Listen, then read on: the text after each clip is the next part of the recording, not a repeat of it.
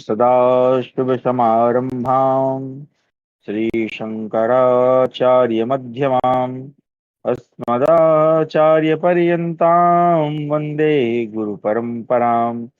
ध्येयं सदा परिभवग्नमभीष्टदोहम् तीर्थास्पदं शिवविरञ्चिनुतं शरण्यम् वेत्यार्तिहं प्रणतपालभवाब्धिपोतं वन्दे महापुरुष ते चरणारविन्दम्।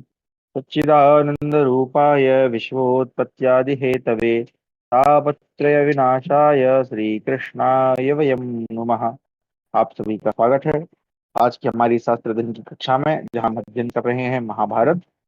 इसके पूर्व की जो कक्षा थी उसमें हमने अध्ययन किया कि जो विदुर जी हैं वो राजा धृतराष्ट्र के बुलाने पर उनके कष्ट में जाते हैं, क्योंकि धृतराष्ट्र ने ये सुन लिया है संजय के माध्यम से कि संजय युधिष्ठिर के मतलब जहां उनसे मिलने गए थे वहां से वापस आए हैं, और वो अब जो है युधिष्ठिर ने जो कहा है उसके विषय में वो अगले दिन बोलेंगे। तो इसके कारण उनका जो मन है वो संतप्त है, और वो विदुर जी से पूछते हैं कि उन्हें वो कुछ जो है नीति युक्त वचन सुनाए, या उन्हें किसका साथ देना चाहिए, वो उचित सलाह उनको दे।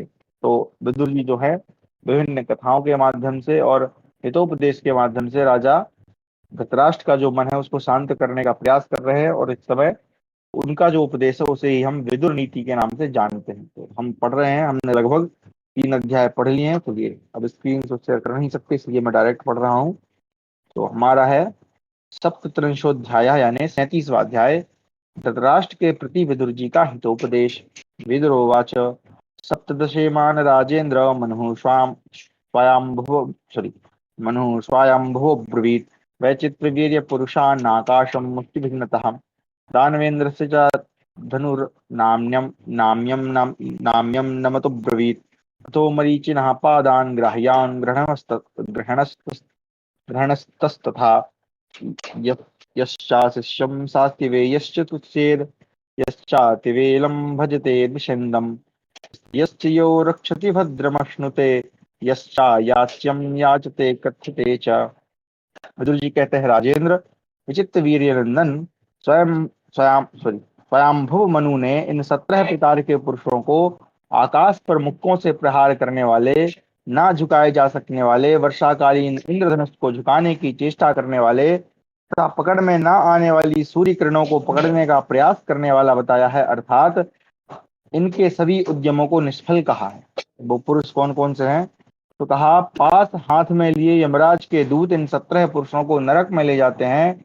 जो शासन के अयोग्य पुरुष पर शासन करता है, मर्यादा का उल्लंघन करके संतुष्ट होता है, शत्रु की सेवा करता है, रक्षण के अयोग्य स्त्री की रक्षा करने का प्रयत्न करता है तथा उसके द्वारा अपने कल्याण का अनुभव करता है, याचना करने के अयोग्य पुरुष से याचना करता है तथा आत्म प्रशंसा करता है, अच्छे कुल में उत्पन्न होकर भी नीच कर्म करता है, दुर्बल होकर भी सदा बलवान से बैर रखता है, श्रद्धाहीन को उपदेश करता है, न चाहने योग्य यानी शास्त्र निषिद्ध वस्तु को चाहता है, ससुर होकर पुत्र वधू के साथ परिहास पसंद करता है यानी मजाक करना पसंद करता है, तथा पुत्र वधू से एकांतवास करके भी निर्भय होकर समाज में अपनी प्रतिष्ठा चाहता है, परस्त्री में अपने वीर्य का आधान करता है तथा मर्यादा के बाहर स्त्री की निंदा करता है, किसी से कोई वस्तु पाकर भी याद नहीं है ऐसा कहकर उसे दबाना चाहता है, मांगने पर दान देकर उसके लिए अपनी श्लाघा करता है और झूठ को सही साबित करने का प्रयास करता है। और ये बहुत अच्छी बात है कि मांगने पर दान देकर उसके लिए अपनी श्लाघा करता है, कि दान तो कर दिया लेकिन फिर बता भी रहे हैं कि भैया देखो हमने इतनी चीज दान कर दी, मतलब खुद की आत्म प्रशंसा कर रहे हैं। जो मनुष्य अपने साथ जैसा बर्ताव करे उसके साथ वैसा ही बर्ताव करें, तो करना चाहिए, यही नीति धर्म है। कपट का आचरण करने वाले के साथ कपटपूर्ण बर्ताव करें और अच्छा बर्ताव करने के साथ साधु भाव से ही बर्ताव करना चाहिए। तो जो श्लोक है सते साठ्यम समाचरेत, है ना, उसका मतलब यही प्रसिद्ध है। शुरू की तो पंक्ति मुझे भी याद नहीं आ रही, हालांकि पहले याद था। तो ये भी वो जो सते साठ्यम समाचरेत है, जो उसकी पुष्टि ये वाला श्लोक भी करता है। यस्मिन् यथा वर्तते यो मनुष्य तस्मिन् सदा वर्तितव्यम सधर्मः मायाचरो माया वर्तितव्या साध्वाचारा साधुना प्रत्युपेयः। तो जो जैसा बर्ताव करे उसके साथ वैसे ही व्यवहार करना चाहिए, हमारा शास्त्र जो है हमें बताता है। पर अगला श्लोक और भी सुंदर है। बुढ़ापा रूप का आशा, धैर्य का मृत्यु, प्राणों का दूसरों के गुणों में दोष दृष्टि, धर्माचरण का काम, लज्जा का, नीच पुरुषों की सेवा, सदाचार का, क्रोध लक्ष्मी का और अभिमान सर्वस्व का ही नाश कर देता है। धृतराष्ट्र ने कहा, विदुर, जब सभी वेदों में पुरुषों को 100 वर्ष की आयु वाला बताया गया है, तब किस कारण से अपनी पूर्ण आयु को नहीं पाता है? विदुर जी बोले, राजन, आपका कल्याण हो। अत्यंत अभिमान, अधिक बोलना, त्याग का अभाव, क्रोध, अपना ही पेट पालने की चिंता और मित्रद्रोह, ये 6 तीखी तलवारें देहधारियों की आयु को काटती हैं। यही मनुष्यों का वध करती हैं, मृत्यु नहीं। भारत जो अपने ऊपर विश्वास करने वाले पुरुष की स्त्री के साथ समागम करता है, जो गुरु स्त्रीगामी है, ब्राह्मण होकर शूद्रा स्त्री के साथ विवाह करता है, शराब पीता है तथा जो ब्राह्मण पर आदेश चलाने वाला, ब्राह्मणों की जीविका नष्ट करने वाला, ब्राह्मणों को सेवाकारी के लिए इधर उधर भेजने वाला और शरणागत की हिंसा करने वाला है, ये सब के सब ब्रह्म हत्यारे के समान है। इनका संग हो जाने पर प्रायश्चित करें, यह वेदों की आज्ञा है। बड़ों की आज्ञा मानने वाला, नीतिज्ञ दाता, यज्ञ शेष अन्न का भोजन करने वाला, हिंसा रहित अनर्थपूर्ण कार्यों से दूर रहने वाला, कृतज्ञ, सत्यवादी और कोमल स्वभाव वाला विद्वान स्वर्गगामी होता है। राजन, अब ये भी बहुत प्रसिद्ध श्लोक है महाभारत का कि सदा प्रिय वचन बोलने वाले मनुष्य तो सहज में ही मिल जाते हैं, किंतु जो अप्रिय होता हुआ हितकारी हो, ऐसे वचन के वक्ता और श्रोता दोनों ही दुर्लभ हैं। है ना? ये मतलब कहने का भाव यहाँ पर ये है कि हमसे अच्छी बातें बोलने वाले तो बहुत लोग मिल जाते हैं, किंतु हमें ऐसा व्यक्ति जो उसकी बातें हमें कड़वी तो लगे सुनने में, लेकिन वो हमारे लिए हितकर हों, ऐसे सुनने वाले और बोलने वाले दोनों ही दुर्लभ हैं। और ये सही बात है ना? इसका श्लोक है, सुलभा पुरुषा राजन सततम प्रियवादिना अप्रियस्य तु पथ्यस्य वक्ता श्रोता च दुर्लभा। जो धर्म का आश्रय लेकर तथा स्वामी को प्रिय लगेगा या अप्रिय, इसका विचार छोड़कर अप्रिय होने पर भी हित की बात कहता है, उसी से राजा को सच्ची सहायता मिलती है। अब ये भी श्लोक है, देखिए इसके सारे श्लोक जो है बड़े प्रसिद्ध हैं। ये भी आप चाहें तो रेफरेंस के तौर पर उपयोग कर सकते हैं कि कुल की रक्षा के लिए एक मनुष्य का, ग्राम की रक्षा के लिए कुल का, देश की रक्षा के लिए गांव का और आत्मा के कल्याण के लिए सारी पृथ्वी का त्याग कर देना चाहिए। आपत्ति के लिए धन की रक्षा करें, धन के द्वारा भी स्त्री की रक्षा करें और स्त्री एवं धन के द्वारा, दोनों के द्वारा सदा अपनी रक्षा करें। पूर्व काल में जुआ खेलना मनुष्यों में बैर डालने का कारण देखा गया है, अतः बुद्धिमान मनुष्य हंसी के लिए भी जुआ न खेले। प्रतिपनंदन विचित्र कुमार वीर राजन, मैंने जुए का खेल आरंभ होते समय भी कहा था कि यह ठीक नहीं है, किंतु रोगी को जैसे दवा और पथ्य अच्छे नहीं लगते, उसी तरह मेरी वह बात भी आपको अच्छी नहीं लगी। नरेंद्र, आप कौओं के समान अपने पुत्रों के द्वारा विचित्र पंख वाले मोरों के सदृश पांडवों को पराजित करने का प्रयत्न कर रहे हैं, सिंहों को छोड़कर सियारों की रक्षा कर रहे हैं, और समय आने पर आपको इसके लिए पश्चाताप करना पड़ेगा। तात, जो स्वामी सदा हित में लगे रहने वाले अपने भक्त सेवक पर कभी क्रोध नहीं करता, उस पर भृत्यगण विश्वास करते हैं और उसे आपत्ति के समय भी नहीं छोड़ते।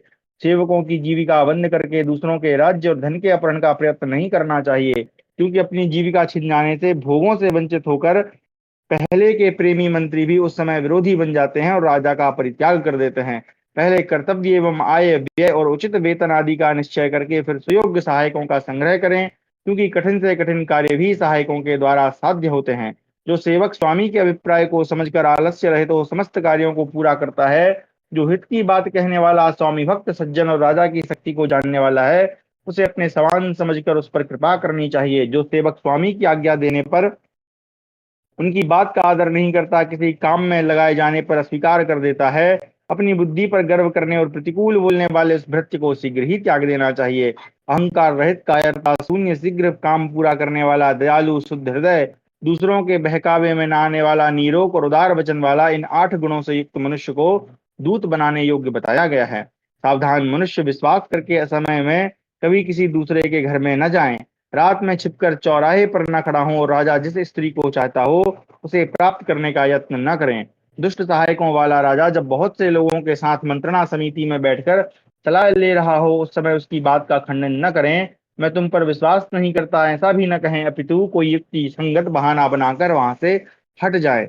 अधिक दयालु राजा, व्यभिचारिणी स्त्री, राज कर्मचारी, पुत्र, भाई, छोटे बच्चों वाली विधवा, सैनिक और जिसका अधिकार छीन लिया गया हो वह पुरुष, इन सब के साथ लेन देन का व्यवहार न करें। ये 8 गुण पुरुष की शोभा बढ़ाते हैं। बुद्धि, कुलीनता, शास्त्र ज्ञान, इंद्रिय निग्रह, पराक्रम, अधिक न बोलने का स्वभाव, यथाशक्ति दान और कृतज्ञता।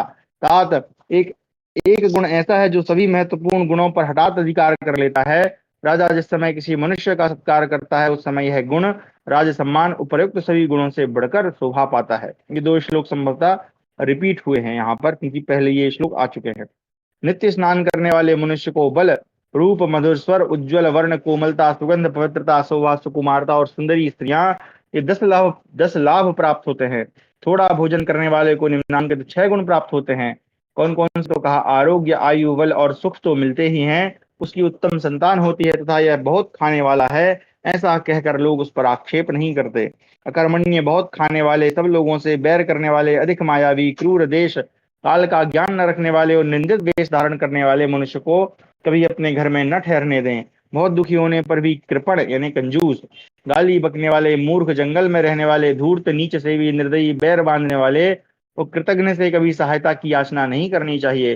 क्लेशप्रद कर्म करने वाले, अत्यंत प्रमादी, सदा असत्य भाषण करने वाले, अस्थिर भक्ति भाव वाले अस्थिर भक्ति वाले, स्नेह से रहित, अपने को चतुर मानने वाले, इन 6 प्रकार के अधम पुरुषों की सेवा न करें। धन की प्राप्ति की सहायक अपेक्षा रखती है कि सहायक धन की अपेक्षा रखते हैं। ये दोनों एक दूसरे के आश्रित हैं, परस्पर सहयोग के बिना इनकी सिद्धि नहीं होती। पुत्रों को उत्पन्न कर उन्हें ऋण के भार से मुक्त करके उनके लिए किसी जीविका का प्रबंध कर दें।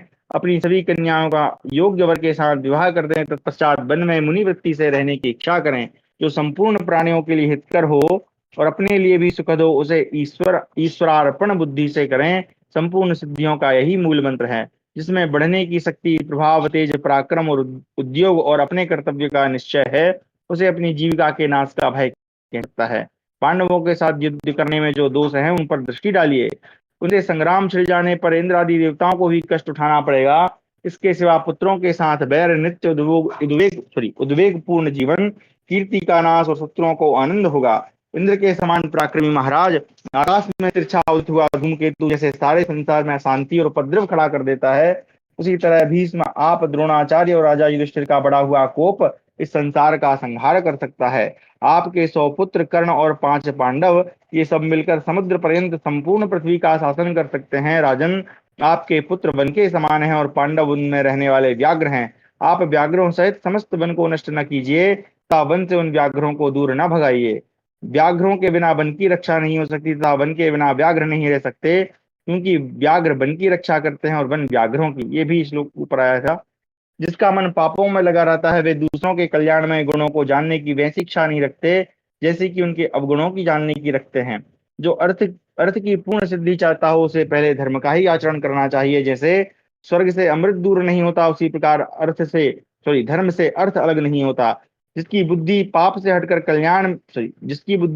हटाकर कल्याण में लगा दी गई है, उसने संसार में जो भी प्रकृति और विकृति है, उन सबको जान लिया है। जो समयानुसार धर्म, अर्थ और काम का सेवन करता है, वह श्लोक और परलोक में भी धर्म, अर्थ और काम को प्राप्त करता है। राजन, जो क्रोध और हर्ष से उठे हुए वेग को रोक लेता है और आपत्ति में भी मोह को प्राप्त नहीं होता, वही राजलक्ष्मी का अधिकारी होता है।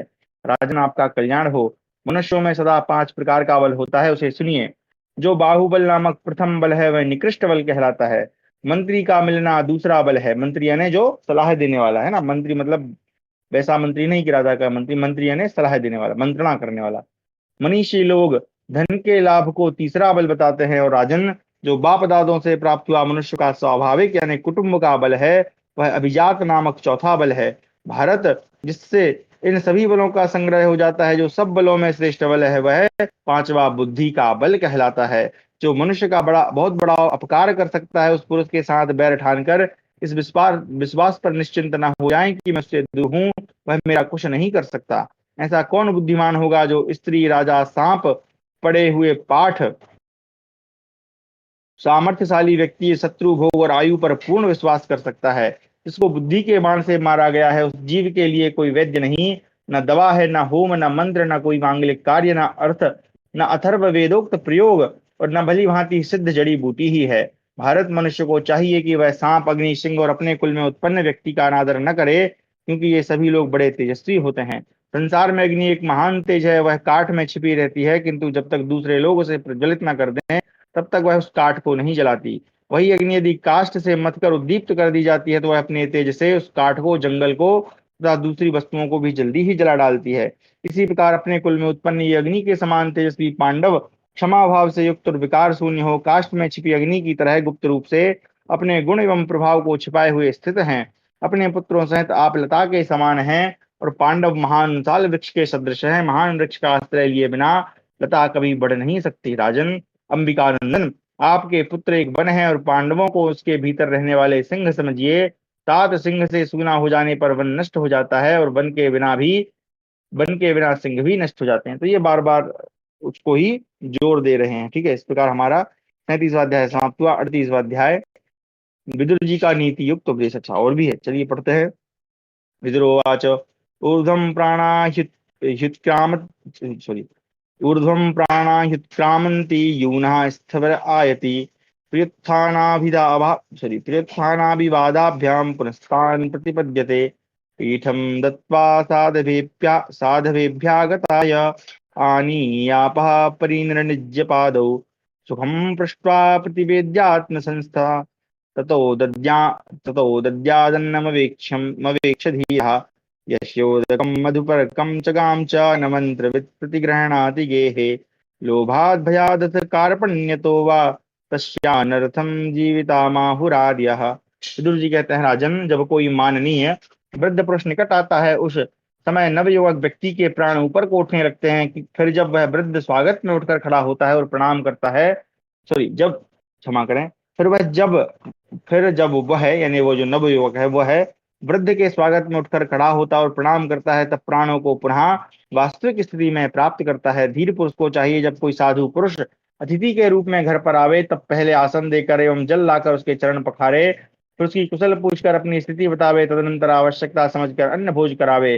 वेद वेदता ब्राह्मण जिसके घर दाता के लोभ, भय या कंजूसी के कारण जल, मधु, पर्क और गौ को स्वीकार नहीं करता, श्रेष्ठ पुरुषों ने उस गृहस्थ का जीवन व्यर्थ बताया है। वैद्य, चीरफाड़ करने वाला, इसमें लिखा है जर्राह, ब्रह्मचर्य से भ्रष्ट, चोर, क्रूर, शराबी, गर्भ हत्यारा, सेनाजीवी और वेद विक्रेता ये यद्यपि पैर धोने के योग्य नहीं है तथापि यदि अतिथि होकर आवे तो विशेष प्रिय यानी आदर के योग्य होते हैं। नमक, पका हुआ अन्न, दूध, दही, मधु, तेल, घी, तिल, मांस, फल, फूल, साग, लाल कपड़ा, सब प्रकार की गंध और गुण इतनी वस्तुएं बेचने योग्य नहीं है। अच्छा, उस समय ये नहीं बेचा नहीं जाता हुआ, क्योंकि ये जितनी भी वस्तुएं ये प्रायशः हमारे घर में ही होती हैं। अब आगे देखते हैं। जो क्रोध ना करने वाला लोष्ट, यानी लोष्ट का मतलब संभवतः लोभ ही होता है, इसमें रेफरेंस दिया है तो एक बार देख लेते हैं। चलिए, अरे भाई जाओ। अच्छा, लोष्ट का मतलब यहाँ कुछ और है।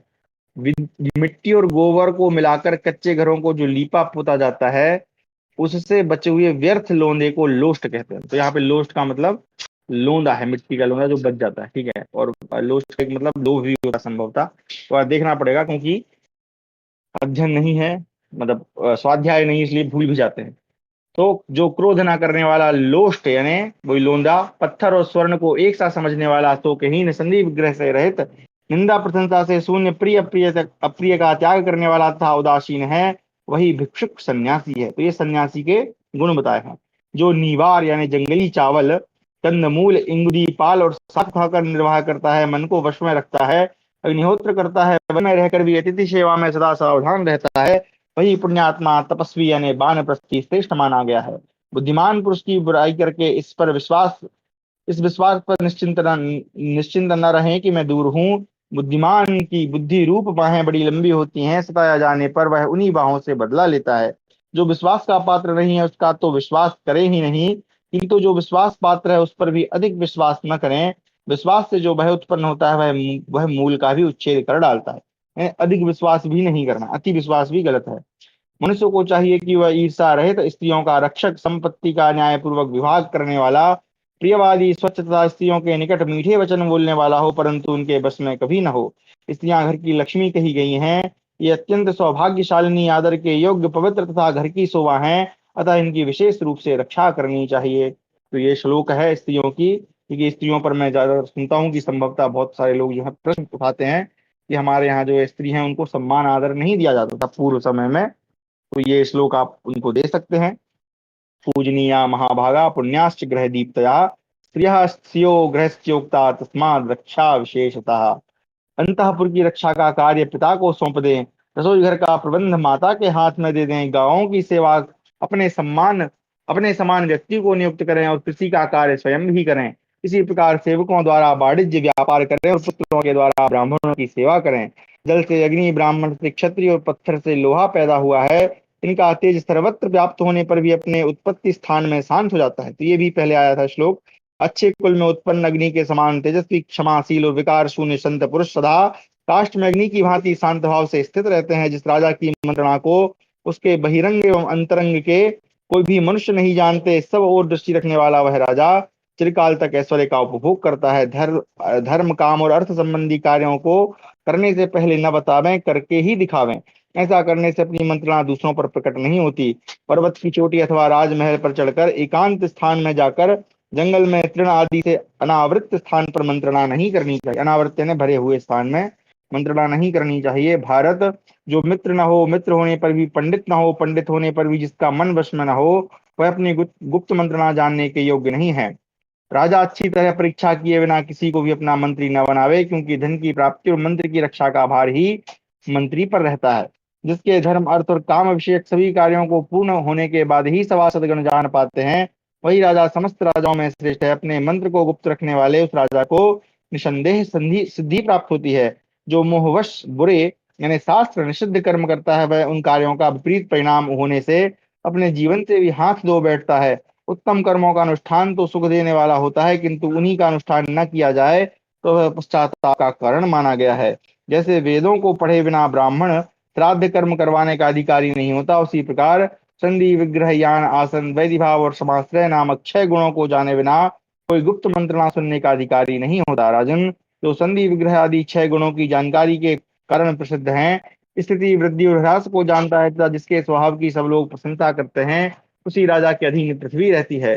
जिसके क्रोध और हर्ष व्यर्थ नहीं जाते, जो आवश्यक कार्यों की स्वयं देखभाल करता है, उस खजाने की भी स्वयं जानकारी रखता है, उसकी पृथ्वी पर्याप्त धन देने वाली ही होती है। भूपति को चाहिए कि वह अपने राजा नाम से और राजोचित छत्र से सॉरी राजोचित छत्र के धारण से संतुष्ट रहे। सेवकों को पर्याप्त धन दे, सब अकेला ही न हड़प ले। ब्राह्मण को ब्राह्मण जानता है, स्त्री को उसका पति जानता है, मंत्री को राजा जानता है और राजा को भी राजा ही जानता है। वश में आए हुए वध के योग्य शत्रु को कभी नहीं छोड़ना चाहिए। यदि अपना बल अधिक न हो तो नम्र होकर उसके पास समय बिताना चाहिए और बल होने पर उसे मार ही डालना चाहिए, क्योंकि यदि शत्रु मारा न गया तो उससे शीघ्र ही भय उपस्थित होता है। देवता, ब्राह्मण, राजा, वृद्ध, बालक और रोगी पर होने वाले क्रोध को प्रयत्न पूर्वक सदा रोकना चाहिए। मूर्खों द्वारा सेवित निरर्थक कलह का बुद्धिमान पुरुष को त्याग कर देना चाहिए। ऐसा करने से उसे लोक में यश मिलता है और अनर्थ का सामना नहीं करना पड़ता। जिसके प्रसन्न होने का कोई फल नहीं तथा जिसका क्रोध भी व्यर्थ है, ऐसे राजा को प्रजा उसी भांति नहीं चाहती जैसे स्त्री नपुंसक पति को। ये श्लोक रिपीट हो रहे हैं। चलो भाई फिर पढ़ते हैं, क्योंकि ये बीच बीच में 2-4 श्लोक नए हैं, 2-4 श्लोक जो हैं रिपीट वाले हैं, जो हमने प्रथम और संभवतः दूसरे अध्याय में पढ़े थे, विदुर नीति जब से आरंभ हुई थी। चलिए, तो ये स्त्री नपुंसक वाला भी मतलब स्त्री नपुंसक को छोड़ देती, ये भी पहले आ चुका है। बुद्धि से धन प्राप्त होता है और मूर्खता दरिद्रता का कारण है। ऐसा कोई नियम नहीं है। संसार चक्र के वृत्तांत को केवल विद्वान पुरुष ही जानते हैं, दूसरे लोग नहीं। भारत, मूर्ख मनुष्य विद्या, शील, अवस्था, बुद्धि, धन और कुल में बड़े माननीय है, पुरुषों का सदा अनादर किया करता है। जिसका चरित्र निंदनीय है, जो मूर्ख, गुणों में दोष देखने वाला, अधार्मिक, बुरे वचन बोलने वाला और क्रोधी है, उसके ऊपर शीघ्र ही अनर्थ अर्थात संकट टूट पड़ते हैं। ठगी न करना, दान देना, प्रतिज्ञा का उल्लंघन न करना और अच्छी तरह कही हुई बात, ये सब संपूर्ण भूतों को अपना बना लेते हैं। किसी को धोखा न देने वाला, चतुर, कृतज्ञ, बुद्धिमान और कोमल स्वभाव वाला राजा खजाना समाप्त हो जाने पर भी सहायकों को पा जाता है, अर्थात से सहायक मिल जाते हैं। धैर्य, मनोनिग्रह, इंद्र संयम, पवित्रता, दया, कोमल वाणी और मित्र से द्रोह न करना, ये 7 बातें लक्ष्मी को बढ़ाने वाली हैं। राजन, जो अपने आश्रितों में धन का ठीक ठीक बंटवारा नहीं करता तथा जो दुष्ट स्वभाव वाला, कृतज्ञ और निर्लज्ज है, ऐसा राजा इस लोक में त्याग देने योग्य है। जो स्वयं दोषी होकर भी निर्दोष आत्मीय व्यक्ति को कुपित करता है, वह सर्पयुक्त घर में रहने वाले मनुष्य की भांति रात में सुख से सो नहीं पाता।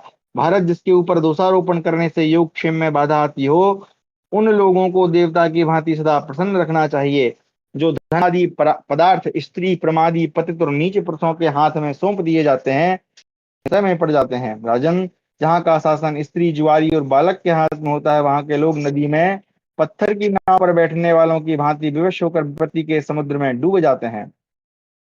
भारत, जो लोग जितना आवश्यक है उतने ही काम में लगे रहते हैं, अधिक अधिक में हाथ नहीं डालते, उन्हें मैं पंडित मानता हूँ, क्योंकि अधिक में हाथ डालना संघर्ष का कारण होता है। अच्छा, यहाँ पर एक ऊपर जो श्लोक है इसमें स्त्री भी आया है कि जहाँ का शासन स्त्री जुआरी और बालक के हाथ में होता है, वहां के लोग नदी में पत्थर की नाव पर बैठने वालों की भांति विवश होकर विपत्ति के समुद्र में डूब जाते हैं। तो ये श्लोक जो है वो स्त्री के शासन को मना कर रहा है। तो ये थोड़ा विचारणीय है, इसको देखना चाहिए। हालांकि कॉन्टेक्स्ट के हिसाब से तो चल रहा है, लेकिन लिखा है तो फिर संभवतः हो सकता है हम ये अर्थ लगा सकते हैं कि उस समय शायद स्त्रियों को शासन के योग्य नहीं माना जाता रहा होगा, या या वही शासन नहीं करती होंगी, ये भी कह सकते हैं।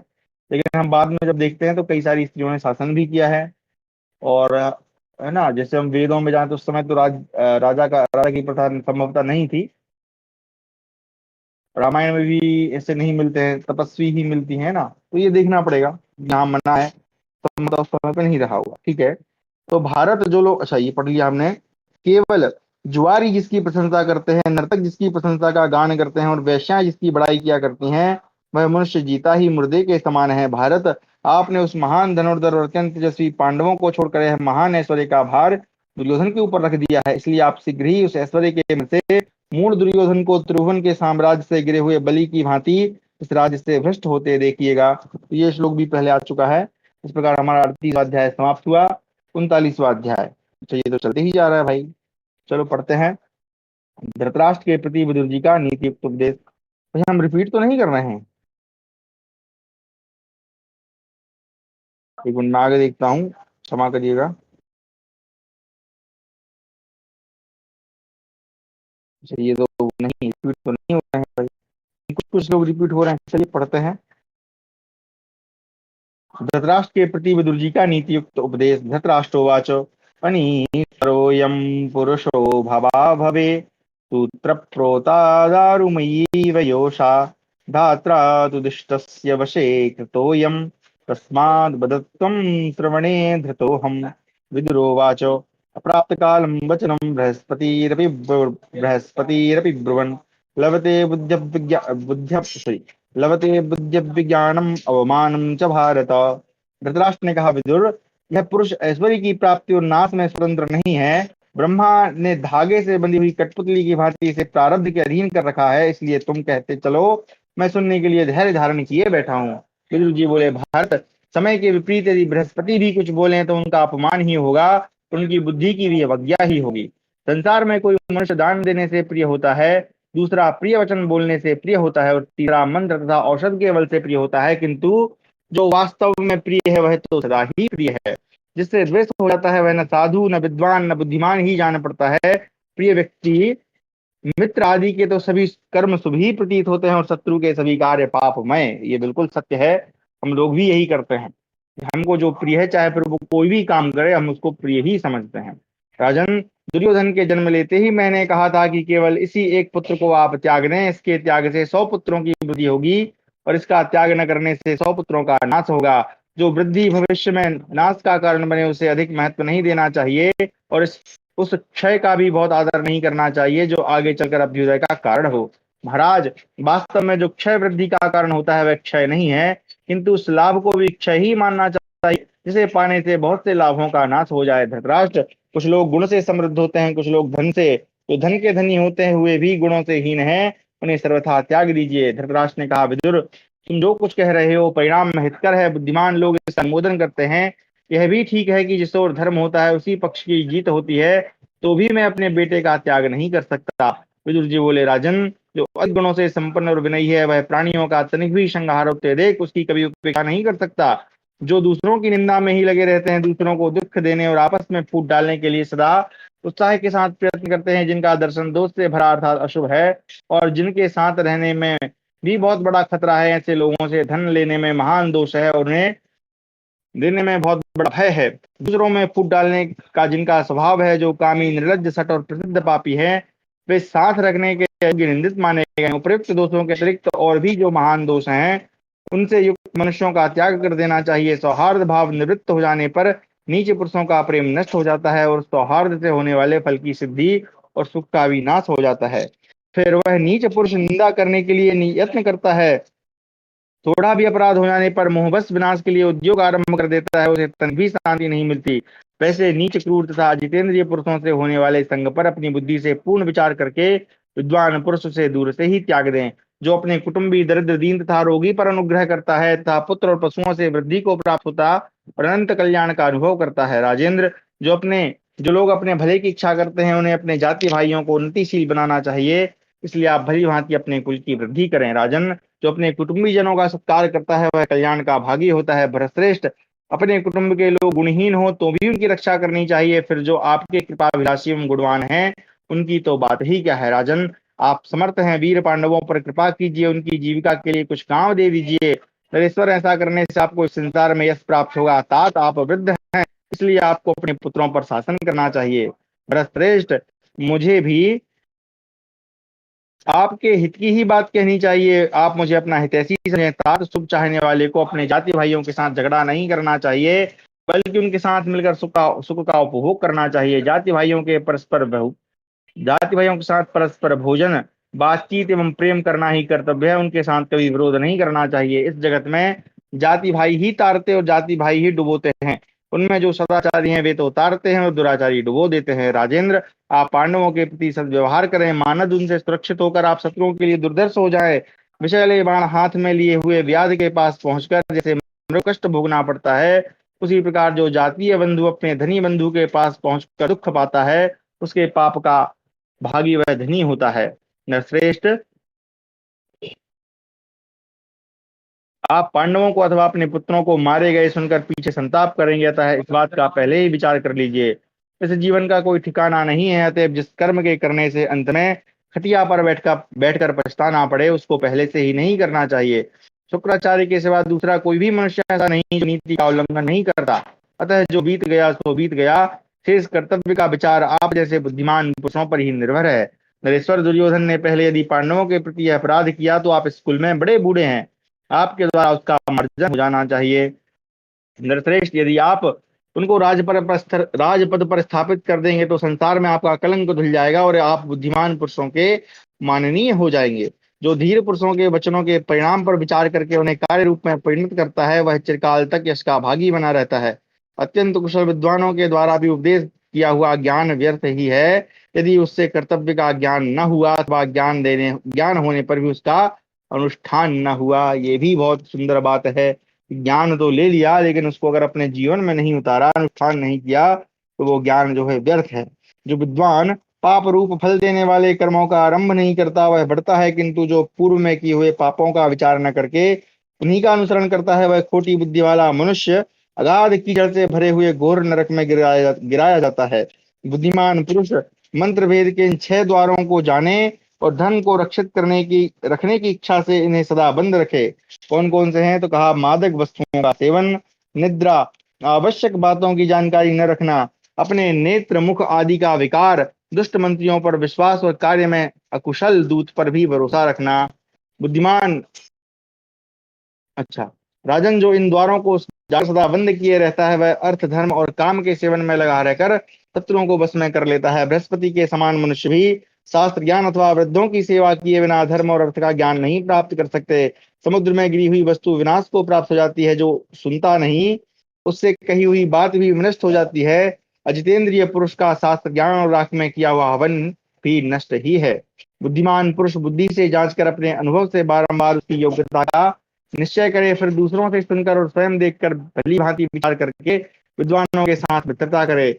विनय भाव अपयश का नाश करता है, पराक्रम अनर्थ को दूर करता है, क्षमा सदा ही क्रोध का नाश करती है और सदाचार कुल क्षण का अंत करता है। राजन, नाना प्रकार के परिच्छद, अब ये परिच्छद क्या है आगे पढ़ लेंगे। माता, घर, सेवा, शुश्रूषा और भोजन तथा वस्त्र के द्वारा कुल की परीक्षा करें। देहाभिमान से रहित पुरुष के पास भी यदि न्याय युक्त पदार्थ सदा उपस्थित हो तो वह उसका विरोध नहीं करता, पर कामासक्त मनुष्य के लिए तो कहना ही क्या है। जो विद्वानों की सेवा में रहने वाला वैद्य, धार्मिक, देखने में सुंदर, मित्रों से युक्त तथा मधुर भाषी हो, ऐसे सुहृद की सर्वदा रक्षा करनी चाहिए। अधम कुल में उत्पन्न हुआ हो या उत्तम कुल में, जो मर्यादा का उल्लंघन नहीं करता, धर्म की अपेक्षा रखता है, कोमल स्वभाव वाला तथा सलज्ज है, वह सैकड़ों कुलीनों से बढ़कर है। जिन दो मनुष्यों का चित्त जिन दो मनुष्यों का चित्त से चित्र, गुप्त रहस्य से गुप्त रहस्य और बुद्धि से बुद्धि मिल जाती है, उनकी मित्रता कभी नष्ट नहीं होती। मेधावी पुरुष को चाहिए कि तृण से ढके हुए कुएं की भांति दुर्बुद्धि एवं विचार शक्ति से हीन पुरुष का परित्याग कर दे, क्योंकि उसके साथ की हुई मित्रता नष्ट हो जाती है। विद्वान पुरुष को उचित है कि अभिमानी, मूर्ख, क्रोधी और साहसिक धर्महीन पुरुषों के साथ मित्रता न करे। मित्र तो ऐसा होना चाहिए जो कृतज्ञ, धार्मिक, सत्यवादी, उदार, दृढ़ अनुराग रखने वाला, जितेंद्रिय, मर्यादा के भीतर रहने वाला और मैत्री का त्याग न करने वाला हो। इंद्रियों को सर्वदा रोक रखना तो मृत्यु से भी बढ़कर कठिन है, उन्हें बिल्कुल खुली छोड़ देना देवताओं का भी नाश कर देता है। संपूर्ण प्राणियों के प्रति कोमलता का अभाव, गुणों में दोष न देखना, क्षमा, धैर्य और मित्रों का अपमान न करना, ये सब गुण आयु को बढ़ाने वाले हैं। ऐसा विद्वान लोग कहते हैं। जो नष्ट हुए धन को स्थिर बुद्धि का आश्रय ले अच्छी नीति से पुनः लौटा लाने की इच्छा करता है, वह वीर पुरुषों का सा आचरण करता है।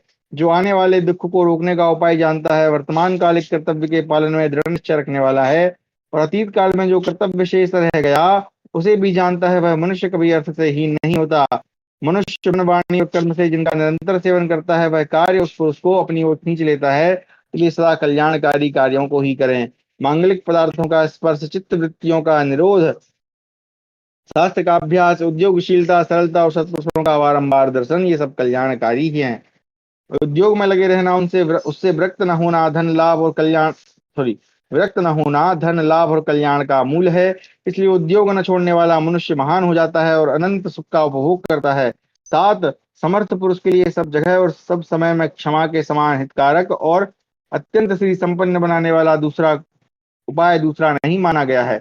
जो शक्तिहीन है वह तो सब पर क्षमा करे ही, जो शक्तिमान है वह भी धर्म के लिए क्षमा करे, तथा जिसकी दृष्टि में अर्थ अनर्थ अनर्थ दोनों समान है, उसके लिए तो क्षमा ही सदा हितकारिणी होती है। जिस सुख का सेवन करते रहने पर भी मनुष्य धर्म और अर्थ से भ्रष्ट नहीं होता, क्षमा करें, उसका यथेष्ट सेवन करें, किंतु मूढ़ व्रत यानी निंदा, प्रमाद आदि का सेवन न करें। जो दुख से पीड़ित, प्रमादी, नास्तिक, आलसी, अचितेंद्रिय और उत्साह रहते हैं, उनके यहाँ लक्ष्मी का वास नहीं होता। दुष्ट बुद्धि वाले लोग सरलता से युक्त और सरलता के कारण ही लज्जाशील मनुष्य को असक्त मानकर उसका तिरस्कार करते हैं। अत्यंत श्रेष्ठ, अतिशय दानी, अति सूरवीर, अधिक व्रत नियमों का पालन करने वाले और बुद्धि के घमंड में चूर रहने वाले मनुष्य के पास लक्ष्मी भय के मारे नहीं जाती है। यानी किसी भी कार्य की जो अति है वो नहीं करना चाहिए। लक्ष्मी ना तो अत्यंत गुणवानों के पास रहती है और ना ही बहुत निर्गुणों के पास। यह ना तो बहुत से गुणों को चाहती, ना ही गुणहीनता के प्रति अनुराग रखती है। उन्मत्त गौ की भांति यह अंधी लक्ष्मी कहीं कहीं ही ठहरती है। वेदों का फल है अग्निहोत्र करना, शास्त्र अध्ययन का फल है सुशीलता और सदाचार, स्त्री का फल है सॉरी क्षमा करें, शास्त्र अध्ययन का फल है सुशीलता और सदाचार, स्त्री का फल है रति सुख और पुत्र की प्राप्ति, तथा धन का फल है दान और भोग। जो अधर्म के द्वारा कमाए हुए धन से पारलौकिक कर्म करता है, वह मरने के पश्चात उसके फल को नहीं पाता, क्योंकि उसका धन बुरे रास्ते से आया होता है। घोर जंगल में, दुर्गम मार्ग में, कठिन आपत्ति के समय, घबराहट में और प्रहार के लिए शस्त्र उठे रहने पर भी सत्व संपन्न अर्थात आत्मबल से युक्त पुरुषों को भय नहीं होता। उद्योग, संयम, दक्षता, सावधानी, धैर्य, स्मृति और सोच विचार कर कार्य आरंभ करना, इन्हें उन्नति का मूल मंत्र समझिए। तपस्वियों का बल है तप, वेद वेदताओं का बल है वेद, पापियों का बल है हिंसा और गुणवानों का बल है क्षमा। जल, मूल, फल, दूध, घी, ब्राह्मण की इच्छा पूर्ति, गुरु का वचन और औषध, ये 8 व्रत के नाशक नहीं होते। ओके, तो अपने प्रतिकूल जान पड़े उसे दूसरों के प्रति भी ना करें। थोड़े में धर्म का यही स्वरूप है। इसके विपरीत जिसमें कामना से प्रवृत्ति होती है, वह तो अधर्म है। अक्रोध से क्रोध को जीते हैं, साधु को सदव्यवहार से वश में करें, कृपण को दान से जीते और झूठ पर सत्य से विजय प्राप्त करें। स्त्री, लंपट, आलसी, डरपोक, क्रोधी मनुष्य, पुरुषत्व के अभिमानी, चोर, कृतघ्न और नास्तिक का विश्वास नहीं करना चाहिए। हाँ, ये श्लोक आपने जरूर सुना होगा। अभिवादनशीलस्य नित्यं वृद्धोपसेविनः चत्वारि संप्रवर्धन्ते कीर्तिरायु यशोबलम। अर्थात जो नित्य गुरुजनों को प्रणाम करता है, वृद्ध पुरुषों की सेवा में लगा रहता है, उसकी कीर्ति, आयु, यश और बल ये चारों बढ़ते हैं। जो धन अत्यंत क्लेश उठाने से, धर्म का उल्लंघन करने से तथा शत्रु के सामने सिर झुकाने से प्राप्त होता हो, उसे अपने उसमें अपना मन न लगाइए। विद्याहीन पुरुष, संतानोत्पत्ति रहित स्त्री प्रसंग, आहार न पाने वाली प्रजा और बिना राजा के राष्ट्र के लिए शोक नहीं करना चाहिए। अधिक राह चलना देहधारियों के लिए दुख रूप बुढ़ापा है। बराबर पानी गिरना पर्वतों का बुढ़ापा है। संभोग से वंचित रहने का दुख स्त्रियों के लिए बुढ़ापा है, और वचन रूपी बाणों का आघात मन के लिए बुढ़ापा है। अभ्यास न करना वेदों का अमल है। ब्राह्मणोचित नियमों का पालन न करना ब्राह्मण का अमल है। वाल्मीकि देश यानी बलख बुखारा। अभी क्या पता क्या है भाई। अच्छा, ये मतलब संभवतः ये यवन या म्लेच्छ जो लोग हैं उनका आदेश होगा, क्योंकि बाल्मीकि नरेश का वर्णन तो यहाँ आता है। ठीक है, अभी यहाँ पे ब्रैकेट में लिखा है बलख बुखारा। अभी पता नहीं कहाँ है ये। तो कहा ये पृथ्वी का मल है, तो वो देश जो है उसके जो लोग रहने वाले होंगे वो बुरे कर्म करते होंगे, इसलिए उसको पृथ्वी का मल कहा गया है, यानी वो गंदगी है उसकी, बुरा है वो। झूठ बोलना पुरुषों का अमल है। क्रीड़ा एवं हास परिहास की उत्सुकता पतिव्रता स्त्री का अमल है। और पति के बिना प्रदेश में रहना स्त्री मात्र का अमल है। सोने का अमल है चांदी, चांदी का अमल है रांगा, रांगे का अमल है शीशा, और शीशे का भी अमल है मैलापन। अधिक सोकर नींद को जीतने का प्रयास न करें। कामोपभोग के द्वारा स्त्री को जीतने की इच्छा न करें। लकड़ी डालकर आग को जीतने की आशा न रखें, और अधिक पीकर मदिरा पीने की आदत को जीतने का प्रयास न करें। जिसका मित्र धन दान के द्वारा वश में आ चुका है, शत्रु युद्ध में जीत लिए गए हैं, और स्त्रियां खान पान के द्वारा वशीभूत हो चुकी हैं, उसका जीवन सफल है अर्थात सुखमय है। जिसके पास 1000 रुपए हैं, यहाँ पे रुपए लिखे हैं ना, जिनके पास 1000 रुपए हैं वे भी जीवित हैं, जिनके पास 100 रुपए हैं वे भी जीवित हैं। अतः हमारा धृतराष्ट्र, आप अधिक का लोभ छोड़ दीजिए, इससे भी किसी तरह जीवन नहीं रहेगा। यह बात नहीं है। बिल्कुल, ये बहुत ही सुंदर श्लोक है। हम आज के संदर्भ में भी इसको रख सकते हैं कि भाई तुम्हारे पास जो कुछ है तब भी तुम जिंदा हो, जो जिसके पास कुछ नहीं है वो भी जीवित है, तो फिर काहे का लोभ करना। इस पृथ्वी पर जो भी धान जौ सोना पशु और स्त्रियां हैं, वे सब के सब एक पुरुष के लिए भी पर्याप्त नहीं है, अर्थात उनसे किसी की भी तृप्ति नहीं हो सकती। ऐसा विचार करने वाला मनुष्य मोह में नहीं पड़ता। राजन, मैं फिर कहता हूं, यदि आपका अपने पुत्रों और पांडवों में समान भाव है तो उन सभी पुत्रों के साथ एक सा बर्ताव कीजिए। इस प्रकार हमारा 39वां अध्याय समाप्त हुआ। 40वां अध्याय, धर्म की महत्ता का प्रतिपादन तथा ब्राह्मण आदि चारों वर्णों के धर्म का संक्षिप्त वर्णन। तो उनके धर्म क्या है, धर्म की महत्ता क्या है, इसका प्रतिपादन है। चलिए पढ़ते हैं अब। विदुरोवाच योऽभ्यर्चिता सद्विष सच्चि योऽभ्यर्चिता सद्वियसज्जमानः करोत्यर्थं शक्तिमहापयित्वा क्षिप्रं यशस्तं समुपैति सन्तम् सन्तमलं प्रसन्ना हि सुखाय सन्तः महान्तमप्यर्थमधर्मयुक्तं यासन्त्यजनपाकृष्टम् एव अपाकृष्ट एव सुखं सुदुःखान्यवमुच्यसेते जीर्णाम त्वचं सर्व इवावमुच्य। विदुर जी कहते हैं, राजन, जो सज्जन पुरुषों से आदर पाकर आसक्ति रहित हो, अपनी शक्ति के अनुसार न्याय पूर्वक अर्थ साधन करता रहता है, उस श्रेष्ठ पुरुष को शीघ्र ही सुयश की प्राप्ति होती है, क्योंकि संत जिस पर प्रसन्न होते हैं वह सदा सुखी रहता है। जो अधर्म से उपार्जित महान धनराशि को भी उसी उसकी ओर आकृष्ट हुए बिना ही त्याग देता है, वह जैसे सांप अपनी पुरानी कैंचुल को छोड़ता है, उसी प्रकार दुखों से मुक्त हो सुखपूर्वक सहन करता है। झूठ बोलकर उन्नति करना, राजा के पास तक चुगली करना, गुरुजन पर भी झूठा दोषारोपण करने का आग्रह करना, ये तीन कार्य ब्रह्म हत्या के समान है। गुणों में दोष देखना एकदम मृत्यु के समान है। निंदा करना लक्ष्मी का वध है तथा सेवा का अभाव, उतावलापन और आत्म प्रसन्नता, ये तीन विद्या के शत्रु हैं। आलस्य, मद, मोह, चंचलता, गोष्ठी, उद्दंडता, अभिमान और स्वार्थ का त्याग, स्वार्थ त्याग का अभाव, ये 7 विद्यार्थियों के लिए सदा ही दोष माने गए हैं। तो हम लोग भी चूंकि विद्यार्थी हैं, हमारे अंदर ये भाव नहीं होना चाहिए। अब ये श्लोक भी आपने कहीं ना कहीं पढ़ा होगा, हम बचपन में पढ़ते आए हैं। सुखार्थी ना कुतो विद्या नास्ति विद्यार्थी ना सुखम, सुखार्थी वा त्यजेत विद्या विद्यार्थी वा त्यजेत सुखम। सुख चाहने वाले को विद्या कहाँ से मिले, विद्या चाहने वाले के लिए सुख नहीं है। सुख की चाह हो तो विद्या को छोड़ें, और विद्या की चाह हो तो सुख का त्याग करें। ईंधन से आग की, नदियों से समुद्र की, समस्त प्राणियों से मृत्यु की, और पुरुषों से उल्टा स्त्री की कभी तृप्ति नहीं होती। आशा धैर्य को यमराज, समृद्धि को क्रोध, लक्ष्मी को कृपणता, यश को और सार संभाल का अभाव पशुओं को नष्ट कर देता है। परंतु राजन, ब्राह्मण यदि अकेला ही क्रुद्ध हो जाए तो संपूर्ण राष्ट्र का नाश कर देता है। बकरियां, कांसे का पात्र, चांदी, मधु, धनुष, पक्षी, वेद वेत्ता ब्राह्मण बूढ़ा कुटुंबी और विपत्तिग्रस्त कुलीन पुरुष, ये सब आपके घर में सदा उपस्थित रहें। भारत, मनु जी ने कहा है कि देवता ब्राह्मण तथा अतिथियों की पूजा के लिए बकरी, बैल, चंदन, वीणा, दर्पण, मधु, घी, जल, तांबे के बर्तन, शंख, सालग्राम और गोरोचन, ये सब वस्तुएं घर पर रखनी चाहिए। साथ, अब मैं तुम्हें यह भी बहुत महत्वपूर्ण एवं सर्वोपरि पुण्यजनक बात बता रहा हूँ। कामना से, भय से, लोभ से तथा इस जीवन के लिए कभी भी धर्म का त्याग न करें। धर्म नित्य है, किंतु सुख दुख अनित्य है। जीव नित्य है, पर इसका कारण अनित्य है। आप अनित्य को छोड़कर नित्य में स्थित होइए और संतोष धारण कीजिए, क्योंकि संतोष ही सबसे बड़ा लाभ है। धन धान्य आदि से परिपूर्ण पृथ्वी का शासन कर अंत में समस्त राज्य और विपुल भोगों को यहीं छोड़कर हेमराज के बस में गए हुए बड़े बड़े बलवान एवं महानुभाव राजाओं की ओर दृष्टि डालिए। राजन, जिसको बड़े कष्ट से पाला पोसा था, वही पुत्र जब मर जाता है तब मनुष्य उसे उठाकर तुरंत अपने घर से बाहर कर देते हैं। पहले तो उसके लिए बाल छितराए करुणा भरे स्वर में विलाप करते हैं, फिर साधारण काष्ठ की भांति उसे जलती चिता में झोंक देते हैं। मरे हुए मनुष्य का धन दूसरे लोग भोगते हैं, उसके शरीर की धातुओं को पक्षी खाते हैं या आग जलाती है। यह मनुष्य पुण्य पाप से बंधा हुआ इन्हीं दोनों के साथ परलोक में गमन करता है। तात, बिना फल फूल के वृक्ष को जैसे पक्षी छोड़ देते हैं, उसी प्रकार उस प्रेत को उसके जाति वाले सुहृद और पुत्र चिता में छोड़कर लौट आते हैं। यहाँ प्रेत का अर्थ है सब, है ना। अग्नि में डाले हुए पुरुष के पीछे तो केवल उसना किया हुआ बुरा या भला कर्म ही जाता है। इसलिए पुरुष को चाहिए कि वह धीरे धीरे प्रयत्न पूर्वक धर्म का ही संग्रह करे। इस लोक और परलोक से ऊपर और नीचे तक सर्वत्र अज्ञान रूप महान अंधकार फैला हुआ है, वह इंद्रियों को महान मोह में डालने वाला है। राजन, आप इसको जान लीजिए, जिससे यह आपका स्पर्श न कर सके।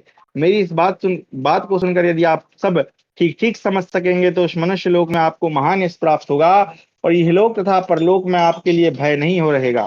भारत, यह जीवात्मा एक नदी है। एक मतलब ये, अच्छा ये उसके लिए फोन कर रहा होगा बात, चलो देखते हैं बाद में।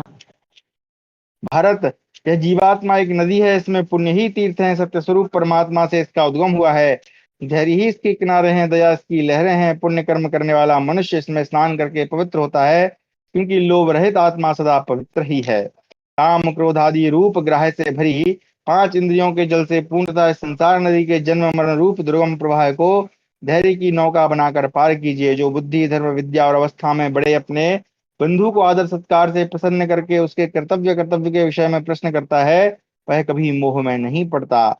शिष्ण और उदर की धैर्य से रक्षा करें। काम, वेग और भूख की ज्वाला को धैर्य पूर्वक सहें। इसी प्रकार हाथ पैर की नेत्रों से, नेत्र और कानों की मन से तथा मन और वाणी की सत्कर्मों से रक्षा करें। जो प्रतिदिन जल से स्नान, संध्या, तर्पण आदि करता है, नित्य यज्ञोपवीत धारण रहता है, नित्य स्वाध्याय करता है, पतितों का अन्य त्याग देता है, सत्य बोलता और गुरु की सेवा करता है, वह ब्राह्मण कभी ब्रह्मलोक से भ्रष्ट नहीं होता। अब देखिए आज के ब्राह्मण कितने हैं जो इतना कर्म करते हैं, कोई नहीं करता है। वेदों को पढ़कर अग्निहोत्र के लिए अग्नि के चारों ओर कुश बिछाकर नाना प्रकार के यज्ञों द्वारा यजन कर और प्रजाजनों का पालन करके गौ और ब्राह्मणों के हित के लिए संग्राम में मृत्यु को प्राप्त हुआ क्षत्रिय शस्त्र से अंतःकरण पवित्र हो जाने के कारण ऊर्ध्वलोक को जाता है। वैश्य यदि वेद शास्त्रों का अध्ययन करके ब्राह्मण, क्षत्रिय तथा आश्रित जनों को समय समय पर धन देकर उनकी सहायता करे और यज्ञों द्वारा तीनों, अब यहाँ पे तीनों शब्द है, इसका रेफरेंस है, कुछ देख लेते हैं। तो लिखा है गाहर प्रत्याग्नि, दक्षिणाग्नि और आहवनीय अग्नि, ये तीन अग्नियां हैं, है ना। तो अग्नियों के विषय में लिखा है, तो अग्नियों के पवित्र धूम की सुगंध लेता रहे तो वह मरने के पश्चात स्वर्गलोक में दिव्य सुख भोगता है। शूद्र यदि ब्राह्मण, क्षत्रिय और वैश्य की क्रम से न्याय पूर्वक सेवा करके उन्हें संतुष्ट करता है तो वह व्यथा से रहे तो पापों से मुक्त होकर देह त्याग के पश्चात स्वर्ग सुख का उपभोग करता है। महाराज, आपसे मैंने यह चारों वर्णों का धर्म बताया है, इसे बताने का कारण भी सुनिए। आपके कारण पांडुनंदन युधिष्ठिर क्षत्रिय धर्म से गिर रहे हैं, अतः आप उन्हें पुनः राजधर्म में नियुक्त कीजिए। धृतराष्ट्र ने कहा, विदुर, तुम प्रतिदिन मुझे जिस प्रकार उपदेश दिया करते हो वह बहुत ठीक है। सौम्य, तुम मुझसे जो कुछ भी कहते हो ऐसा ही मेरा भी विचार है। यद्यपि मैं पांडवों के प्रति सदा ऐसी ही बुद्धि रखता हूँ, तथापि दुर्योधन से मिलने पर मेरी बुद्धि पलट जाती है। प्रारब्ध का उल्लंघन करने की शक्ति किसी भी प्राणी में नहीं है। मैं तो प्रारब्ध को ही अचल मानता हूँ, उसके सामने तो पुरुषार्थ तो व्यर्थ ही है। तो ये जो है भाग्य को ही उत्तम मान रहा है और पुरुषार्थ को सही नहीं मान रहा है। अब आगे सनत सुजात पर्व आरंभ होगा। कक्षा को हम आज यहीं विराम देते हैं। समय हो गया होगा जी, हो गया है। तो कल हम पढ़ेंगे विदुर जी के द्वारा स्मरण करने पर आए हुए सनत सुजात ऋषि से धृतराष्ट्र को उपदेश देने के लिए उनकी